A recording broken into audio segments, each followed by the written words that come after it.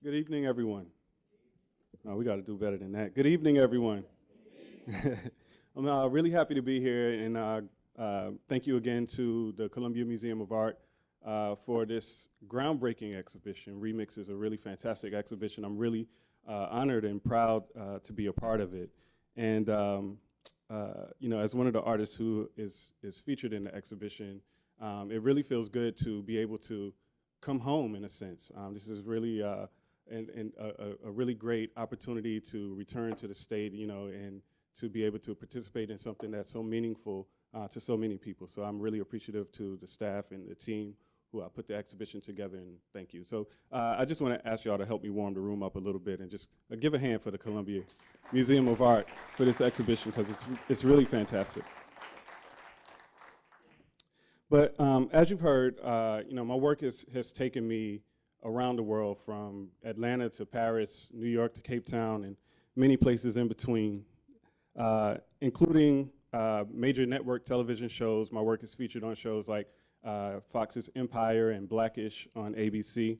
And I've had some really wonderful and amazing experiences as an artist. But I thought tonight for this presentation, instead of talking about where I am right now, we'll get to that. I thought I'd take you guys on a little trip behind the canvas, and tell you a little bit about how I got here, if that's all right with you. All right, let's do it then.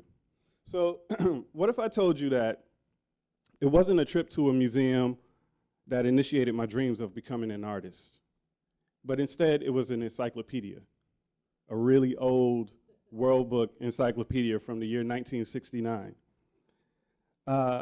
And some of you may know this, but or you've just heard, actually, that I grew up not far from here in Hartsville, South Carolina, and I was educated in the Darlington County Public Schools.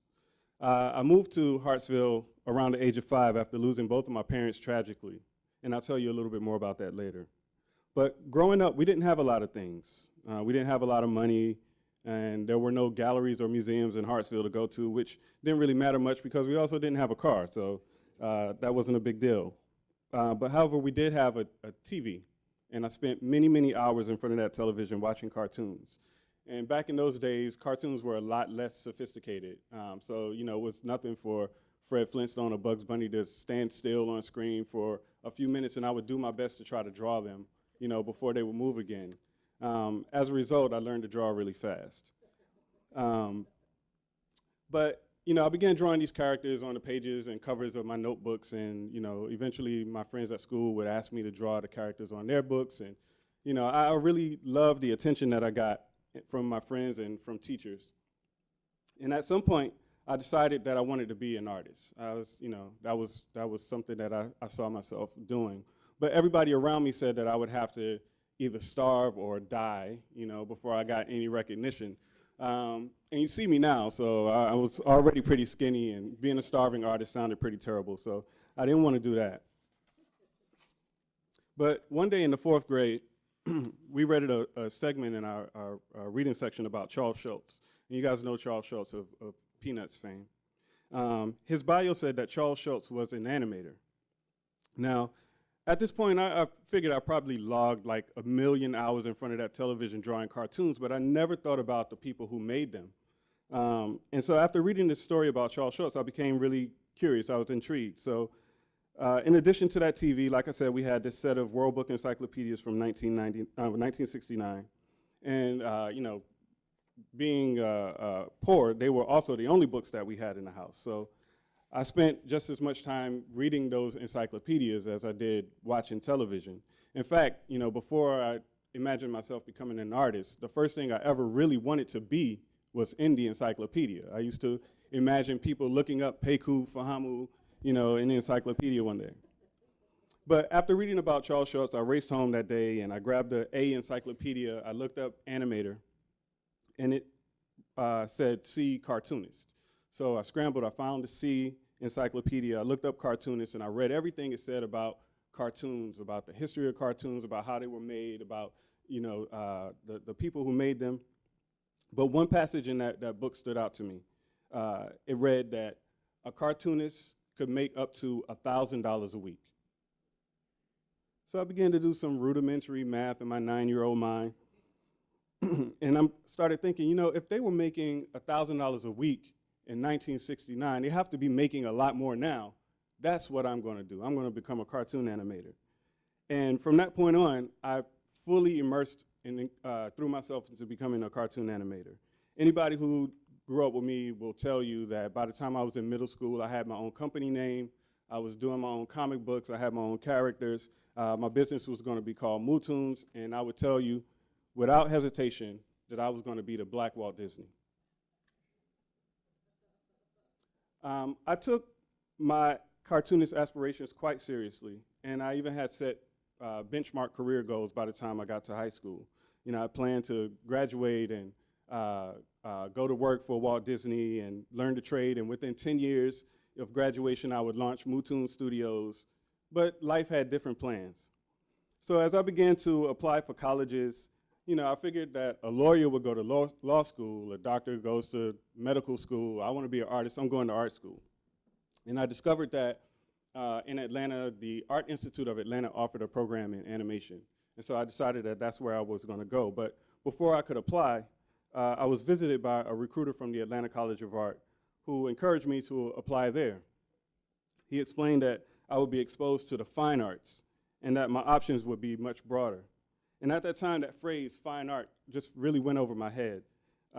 He also explained that the Art Institute only offered an associate's degree, and that at ACA, I could earn a bachelor's degree, which held more weight.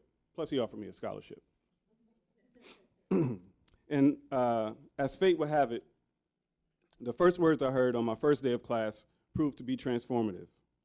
After taking the attendance, the professor approached the board and wrote, "What is art?" People began to raise their hand and offer their thoughts and ideas, but I sat silently because as much as I spent time drawing and thought of myself as an artist, I just simply did not have an answer. I didn't know what to say to that. And that question stayed with me like one of those cartoon bubbles that, cartoon clouds that follow you around everywhere. It followed me when I did my first digital animations. It followed me when one of my best friends, you know, told me one night, you know, those cartoons you're drawing are cute and everything, but come with me to this museum, or come with me to this gallery opening. And a painter herself, she began teaching me about different artists and the themes in their work. She introduced me to a world of art that I had never known before, and she encouraged me to make my first paintings. That cloud was still with me when I changed my major from animation to painting, and when I arrived at Spelman College to study under my mentor, Dr. Arturo Lindsay. And Dr. Lindsay kind of picked up where my friend left off, challenging the way I thought about myself, thought about my work. He pushed me to go deeper, to be more thorough and consistent with my craftsmanship. He tried to make me be not just a better artist, but a better me. He would always say, there's no such thing as luck. You have to be prepared when your opportunities arise. And that cloud was still with me as I sat there in my dorm room one night in my junior year. And I happened to be listening to a new CD that I just bought called Soul Food by group Goody Mob. Anybody familiar with that album? It's a really fantastic album. As the album played, one particular song reached in and shook me to my core. The track was called Guess Who? And it featured the 4 members of the group Goody Mob rapping about the impact of their mother's love. So that song played as I sat there in my room, and like I said, it grabbed me. Like I hit the repeat button, and I played it again, and then I hit it again. And as that song continued to play on repeat, my hands started to move. And when it was all said and done, I had transformed this wooden cement mold that I had scavenged from a construction site into what I called a spirit box.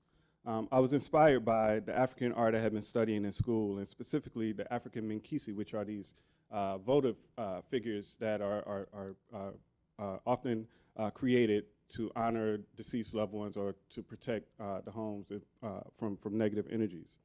But I created my own version of this Nkisi, dedicated to my own mother. And I couldn't articulate the why or even how, but from that point I felt really compelled to tell a story that I hadn't really talked about since I was 5 years old, that of the night that my mother died. So, fueled by the work that I created, and with Guess Who on repeat in my mind, I approached my siblings and asked them what they remembered from the night that our mother died. Because in the more than 16 years since her death, my brother and sisters and I had never spoken to anyone, or really even each other, about what we saw that night. And I questioned my own memories, not certain if they were genuine or if I had composited them from things that I had seen or read over the years. You see, in 1980, when I was 4 years old, my father, who was diagnosed schizophrenic, murdered my mom while me and my siblings sat in the next room. He then marched us out to the street on this cold January night to the local police station, where he turned himself in, and we were left wards of the state. And this memory had haunted me like pretty much all my life. And after interviewing my siblings and discovering that we all shared a pretty similar recollection, I used their stories and my own to begin to create this body of work that I called Life After Death. And this body of work became my senior exhibition. And as the exhibition approached, of course, I was required to write an artist statement to talk about what this work was about, but I didn't have the words for it still. I was really challenged to explain why I was doing something that was so personal and so intimate. But the night of the exhibition, things kind of came together for me. That night, when the doors opened, people walked in, and I watched, faculty and friends and family and professors fall to pieces. They broke down in tears, and many people were moved to come and tell me that they admired my strength and courage and resilience. Some people were so moved that they felt that what I had created gave them the courage to go and deal with some past trauma of their own. And I was really overwhelmed by the response. I hadn't anticipated it. I didn't expect that to be the response. But standing there watching those reactions, the cloud that had been following me all those years began to dissipate. And I recognized that that experience showed me what the power of art could be. And I decided in that moment, right then and there, that I never wanted to make pretty pictures, that I wanted to make art that could do something, that could move people and heal people and shape and change the world. And that's really how my inspiration to become an artist really took shape and took form. Now, after graduating from college, of course I had to get a job, and you can't go in some place and say, hey, I'm a painter, hire me. You need some kind of skill. So I lied. I said that I knew how to do graphic design. I knew nothing about graphic design whatsoever. But in my previous semesters doing animation, I had acquired some skills using a computer, and so I began to, study magazines and look at cool ads and album covers and things that I thought were visually appealing, and I would do my best to recreate them. And I taught myself to become a graphic designer. And I got this job, excuse me, and I worked there for a few months before moving back to New York and landing a job working for this boutique design company that did a lot of the collateral for small hip-hop labels and restaurants and businesses, things of that nature. And it was a really great opportunity for me because I actually got to sit next to a virtual who's who of New York rappers in the late 90s. And if you guys know anything about hip-hop, you know that that was kind of like the apex of hip-hop, especially in New York. And one of the great things that happened was that sitting there, I got to see a completely different side of the many artists that we saw. The person who came in and sat next to me to kind of guide me as I was creating this collateral was completely different from the personas that they portrayed in these advertisements. And I just remember thinking, man, that's really fascinating. I wonder what would happen if somebody promoted an artist the same way we do rappers. And so I just kind of filed that in the back of my mind. And after about a year and a half, I moved back to Atlanta, and I decided to start my own design agency. And again, I had very similar clients, small businesses, hip-hop labels, nightclubs, things of that nature. But one of my first major clients was then mayoral candidate Shirley Franklin, who ultimately became the first female mayor of the city of Atlanta. And while designing Shirley's materials, we would always have to include this line that said, paid for by the committee to make Shirley Franklin mayor of Atlanta. I just thought that was kind of ridiculous because her staff was like adamant that that line appeared on everything. They were actually quite neurotic, about including that line. And I remember thinking as a joke, I need my own committee, So after, doing this for a while, and mind you, all this time I'm still making paintings and making artwork and growing increasingly frustrated because I was doing all the things that I had been taught in school. I would make my work, I would take slides, I would send packages to galleries, and wait to get that call or that letter back inviting me to do a show. I never got that call, and I never got that letter, and I was, becoming really disheartened in the process. But one day, as a joke, I decided that I would actually form my own committee. And then I also retrieved that idea that I had from many years before about marketing, myself as an artist the way we would market hip-hop artists. And again, I'm creating every day all of this collateral to promote all these rap artists and, seeing them be, ultimately successful from these efforts. I decided that I would do something similar. And the idea was really kind of sparked by the promotional campaign for 50 Cent for his first album. Does anybody remember that, when 50 Cent first came out? This was the most ubiquitous ad campaign I have ever seen in my life. He was everywhere. If you went to the grocery store, there was a 50 Cent ad on the cereal box. If you were driving down the street, he was on a billboard. He was on the back of your church fan. He was everywhere you looked. And I just thought that was really amazing. So I decided that I was going to create a marketing campaign for myself mirroring the 50 Cent campaign. So I asked a friend of mine to take a photo of me in my toughest 50 Cent style pose. And I crafted this campaign called Fahamu Pecou is the shit. And at first it was, it was part joke, it was part frustration, but in a large part it was an experiment. I really just wanted to see what would happen. Like what would people, say if I did this?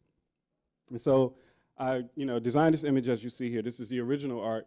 I printed up a few large posters, and I would go around the city of Atlanta wheat pasting these on buildings all over the place. And it was an instant hit.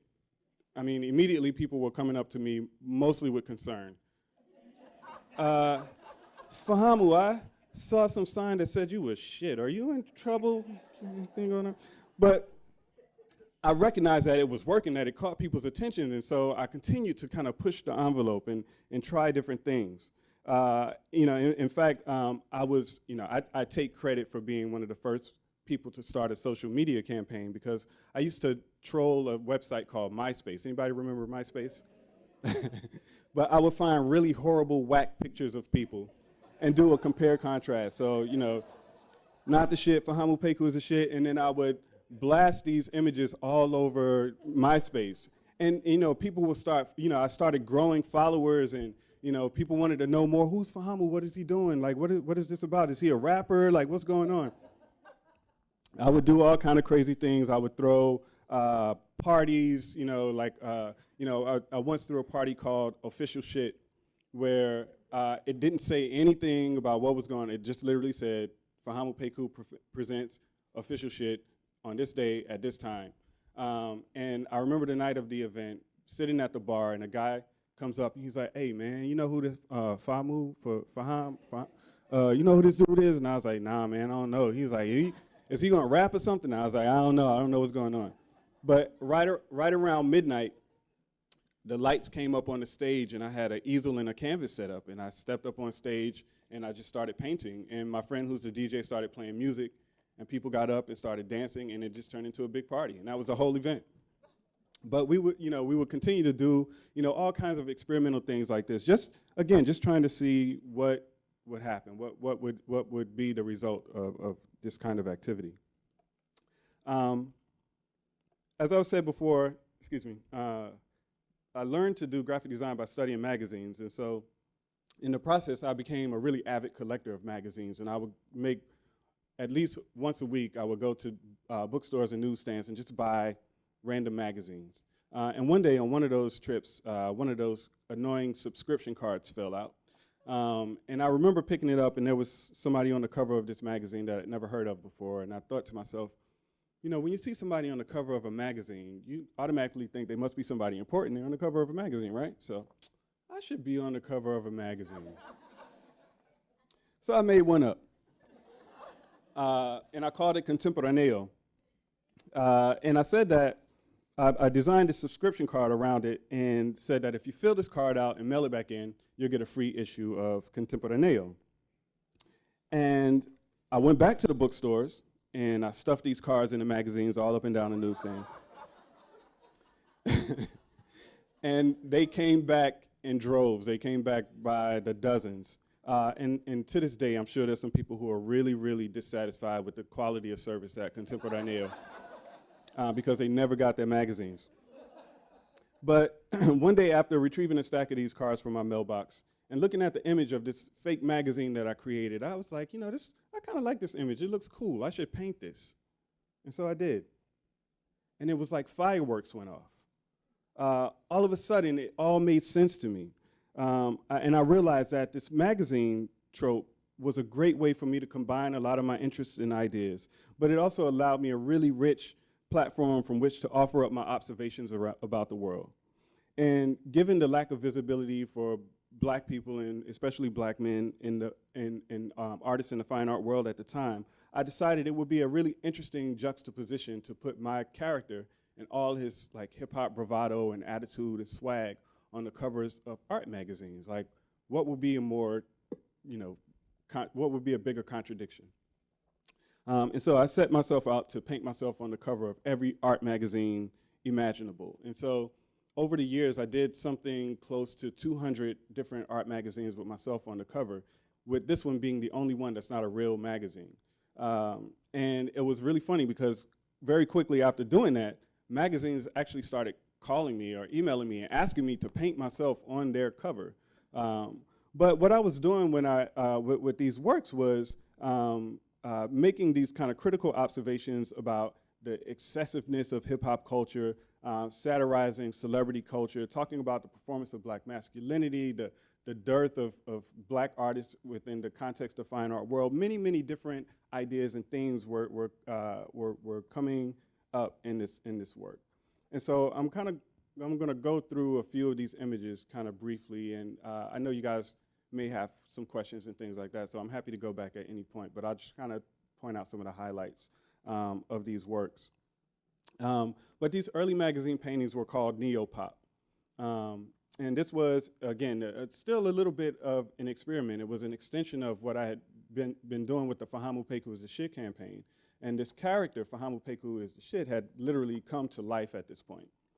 And so I would stage photo shoots where I was trying my best to recreate, the kind of glossy look and feel that you would see on a magazine cover, but the images would actually be subversive so that, they're designed to be real poppy and slick to pull you in, but once you got in, the messaging would be something completely different than what you expected when you saw it.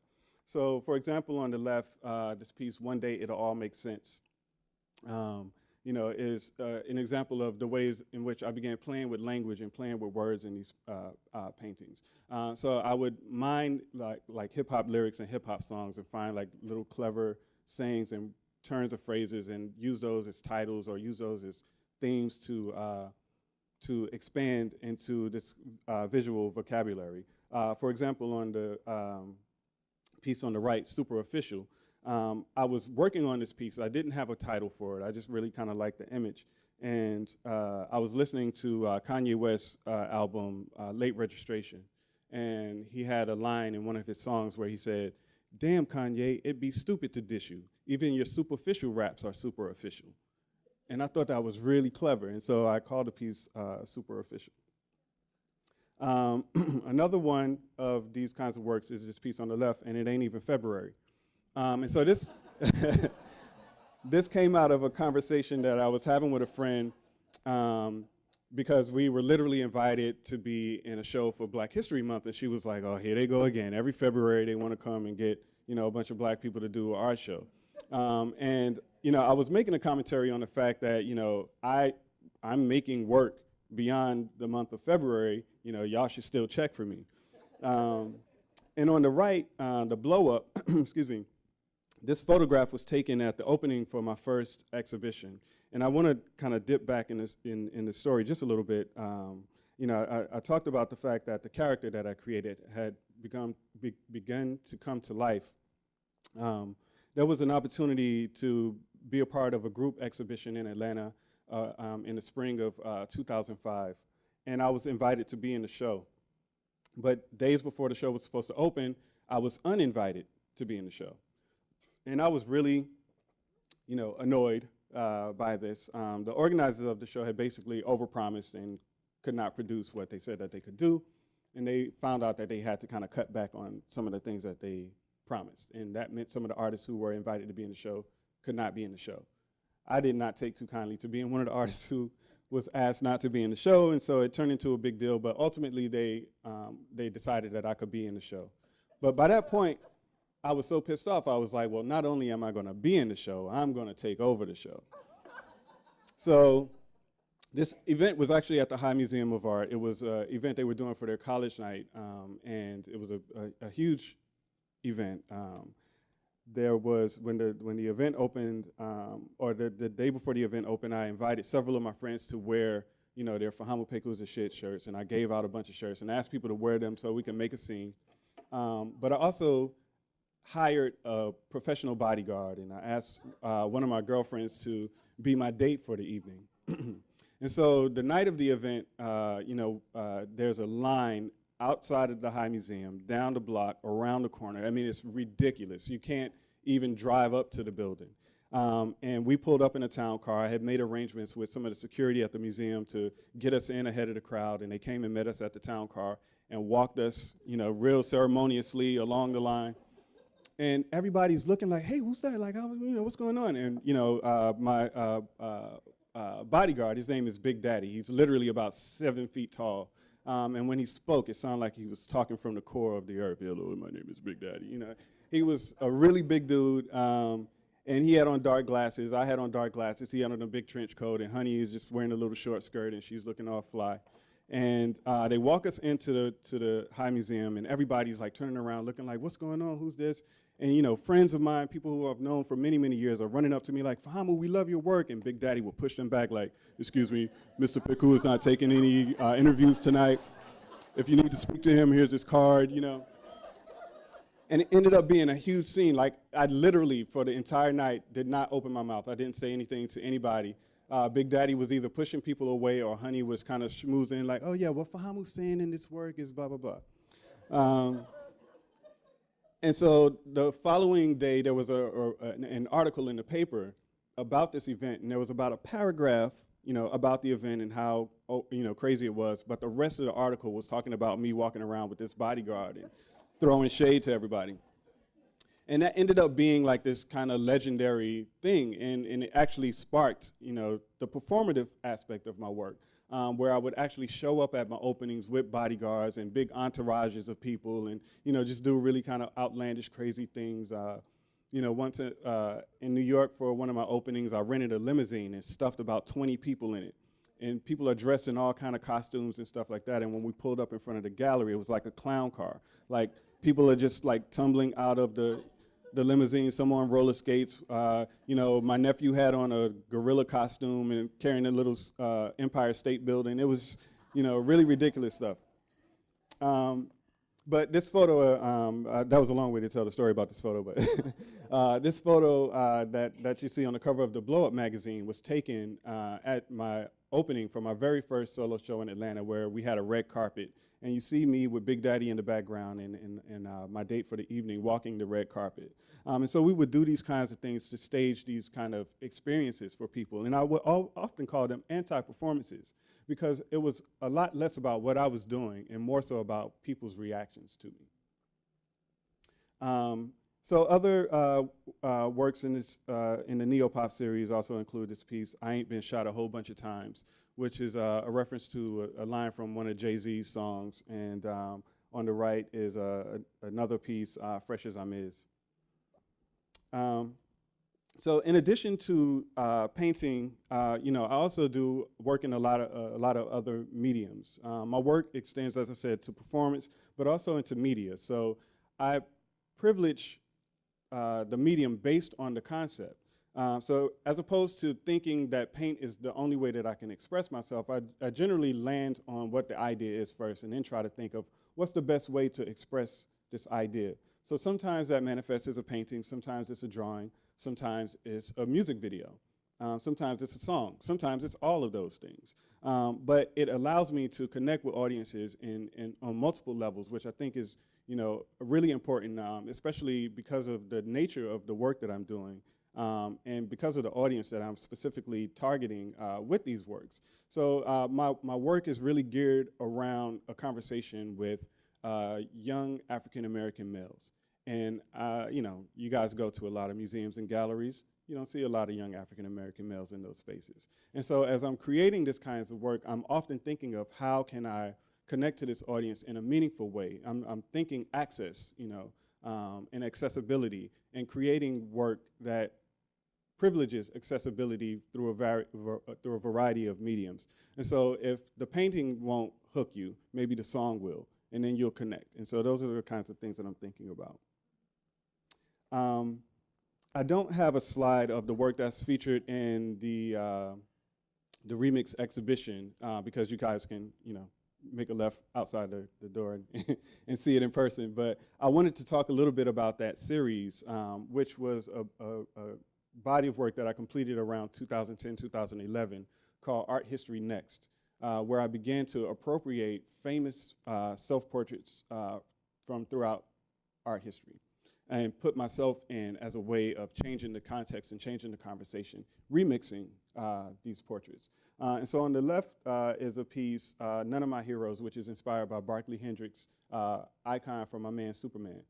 And in that piece, you see Barkley Hendricks is wearing like a Superman t-shirt, but he's making a commentary about the fact that superheroes are often not a consideration in black communities. Like superheroes, too fantastical of an idea for us to think about. And so my work is kind of playing off of that. And on the right is a piece called The Treachery of Media Images, which is after Rene Magritte's The Treachery of Images, which you guys may be familiar with. It's a picture of a pipe, and it says, Ceci n'est pas un pipe. But mine says, Ceci n'est pas Fahamu. But it's a play again on that idea of the way images can be deceiving and deceitful. But this, the work that you see, the Rockwell piece, was a part of that body of work where I was playing with those ideas and remixing famous works from art history. And so to kind of bring us up to speed on where I am now, around 2010, I really began to focus more specifically on the challenges that directly impact black masculinity, and primarily in terms of the way black males see themselves and how this seeing informs their performance of their identity, their personality, and even the way they socialize. So some of you may be familiar with a psychoanalyst named Jacques Lacan, and he has this theory that I really work with a lot, I play around with a lot, called the mirror stage, where he talks about the way identity is formed and the ego is shaped. And he basically equates this to an infant seeing themselves reflected in a mirror, right? And so prior to seeing their reflected self, they don't really have a full concept of who they are and how they function in the world. And so seeing themselves reflected, they begin to shape their identity based on that reflection. And so this is something that a lot of psychologists and sociologists have worked with over the years, and really begin to equate to the way the media works to dictate how people see themselves and how people's identities take shape based on media images. And I work with this specifically considering that for a lot of young African-American males, those images, those media images, are often really problematic. And so when you're taking your cues on how to perform your masculinity as a young black male from the kinds of images that you see in society, those that are created by black people as well as those that are created against black people, it becomes a really treacherous kind of place to play in. And so my work begins to unpack some of those ideas. So one example of that is a series that I did in 2010. It was a body of work called Hard to Death, where I was basically asking the question, when does self-preservation become self-destruction? And thinking about the ways in which oftentimes a lot of young black men are taught to be really hard and really kind of defensive and unemotional, and you can't cry and boys don't cry and all these kinds of things. But how that idea of self-preservation ultimately can become a destructive mechanism where you're unable to emote, you're unable to express yourself, and it comes out in maybe more dangerous ways. And so in this body of work, I broke it up into a few different series, but one of those series is a series called Second Childhood, where I was commenting on the ways or commenting on this sort of intergenerational problem that I saw, where I was observing that a lot of older black men were looking at what the younger black men were doing and deciding that that was what was acceptable masculinity. And so you have a bunch of older men trying to do what the children are doing. And I thought that was quite ridiculous, right? So to comment on the silliness of that, I had my stylist dress me in children's clothes. And then I would pose in, like these kind of hip hop poses and hard poses, but wearing these children's clothes to give you this idea of the discomfort and the uneasiness of what that looks like. So this piece is from that series. It's called WWSD and Why, which stands for What Would Scooby Do and Why. Another series from 2012 was called All That Glitters Ain't Goals. And this is the title piece from that series. This piece, talked about, this series talked about the sort of excessiveness of like bling culture and, how that becomes an aspiration to, have all these shiny things, but they're not necessarily things that can really define you or really represent you in any kind of way. And so this body of work was further articulated through an album by the same title, All That Glitters Ain't Goals. And so when this exhibition was installed, next to the paintings would be a little QR code. And so as you were walking through, checking out the artwork, you can scan the QR code and download the song that accompanies each piece and listen to it, while you're looking at the work. And then there's also a series of music videos that go along with it as well. This piece also is the piece that was selected by the producers of the show Empire on Fox. And so it hangs on that show in the home of one of the characters on Empire. Further building from that series is another series that I did in 2014. And this piece, Chaining Day, is from that show. It was called Pursuit of Happiness. And this was installed in New York in 2014. And I know I'm kind of going fast right now. I feel like I'm boring you guys because I'm getting tired of talking. But this series, was a deeper articulation of the ideas that were initially begun with the All That Glitters series. As was mentioned earlier, I'm represented by a gallery in Paris, France, and I do a show there about every other year. Last summer was my most recent exhibition there. It was called I Know Why the Caged Bird Blings. And, it was really a kind of a meditation on, again, thinking about the ways in which, within Black culture, especially when you're coming from a position of lack, you often overcompensate for that when you get to a point where you can have things. But that within that, there's also this sort of almost need to shine, to express yourself, to